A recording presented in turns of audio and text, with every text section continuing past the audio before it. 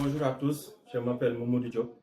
Je travaille au niveau du Conseil national de concertation et de coopération des ruraux, qui est la plus grande organisation paysanne du Sénégal. Bonjour, je m'appelle Fatima Amagar, je suis maman de deux enfants, je suis du Maroc, situé au nord de l'Afrique et plus précisément à Zaouias Hansal, dans le Beu Atlas central. Je suis aussi présidente de la coopérative féminine Amagar. Nous travaillons sur la production et la transformation des plantes aromatiques et médicinales, ainsi que la production et la culture du safran, l'or rouge. La coopérative Amagar joue également un rôle central dans l'Alliance, la jeunesse rurale au Maroc, en tant que chargée de sa coordination, de sa mise en place et de son fonctionnement. Nous savons que le Sénégal, depuis très longtemps, les structures de jeunes ont l'habitude de travailler ensemble. Mais ce travail-là était fait de manière éparse et seulement occasionnelle. Donc les structures de jeunes ruraux les structures de jeunes rurales accompagnées par le FIDA ont décidé de mettre sur pied ce qu'on appelle l'entente communautaire des jeunes du Sénégal, qui est une alliance de jeunes ruraux sénégalais. Cette alliance de jeunes a été mise en place en 2023. Elle compte 7 structures de jeunes ruraux. Toutes ces structures-là sont présentes dans la quasi-totalité du pays. L'objectif de l'ECOGES est de contribuer à l'amélioration de la participation des jeunes ruraux dans les instances de décision sur les questions agro-silvopastorales et halieutiques.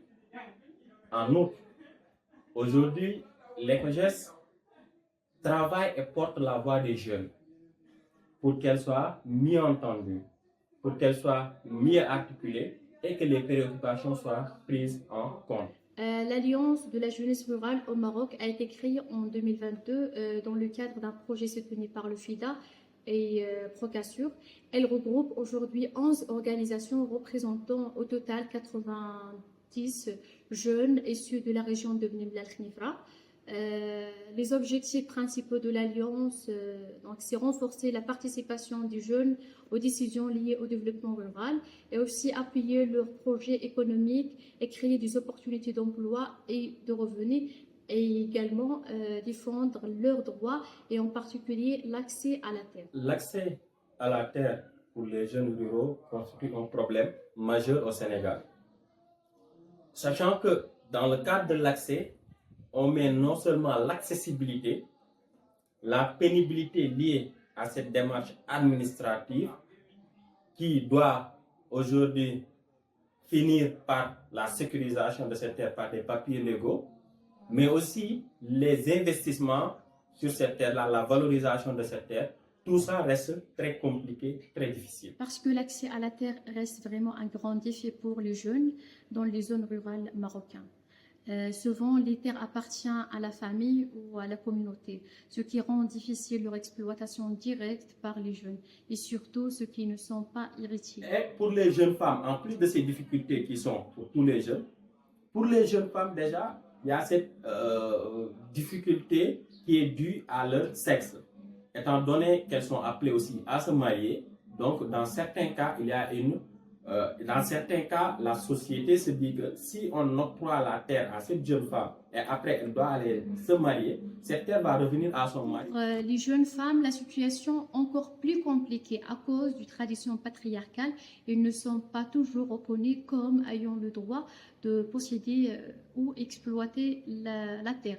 Cela limite fortement leur autonomie économique.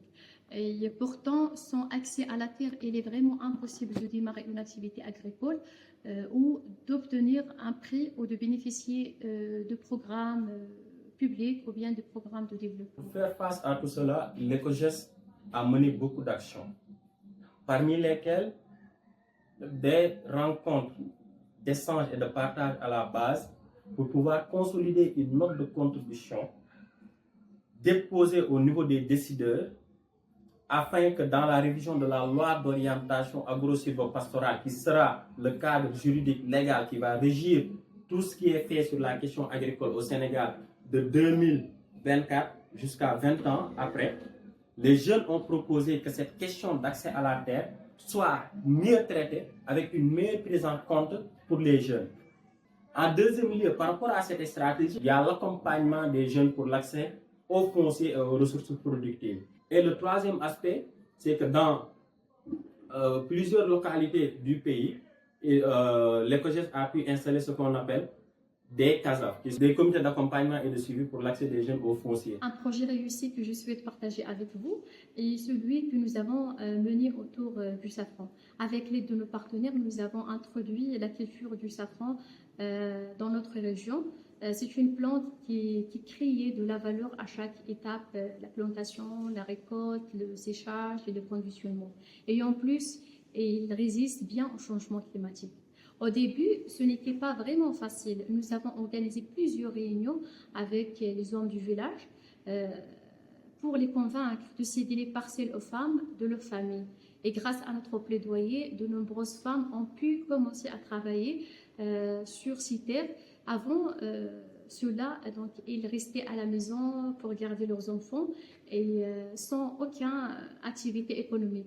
Aujourd'hui, elles cultivent le safran et génèrent un revenu et elles participent à la gestion collective de la terre. Vraiment, ce projet a changé la vie pour plusieurs familles. À dire que nous savons tous que la terre, aujourd'hui, constitue l'avenir du monde. Et quand on parle de la terre, on parle des ressources que la terre aussi englobe, que ce soit l'eau, les ressources productives, les ressources minières et autres. Donc, il est important que nous jeunes nous mobilisons par rapport à cet avenir-là, sachant que cet avenir, certes, peut être demain, mais c'est aujourd'hui qu'on le prépare. Donc, ensemble, que ce soit au Sénégal et partout à travers le monde, que les jeunes continuent la mobilisation pour protéger leur avenir, protéger leur vie et avoir un lendemain meilleur. Merci beaucoup à tous. Mon message aux jeunes et surtout aux jeunes femmes rurales: n'attendez pas que les choses changent seules. Organisez-vous, soyez créatifs, osez le dialogue, même quand c'est difficile. Parfois, de petits projets bien ciblés peuvent provoquer le grand changement. Vous avez le pouvoir d'agir, donc alors prenez votre place.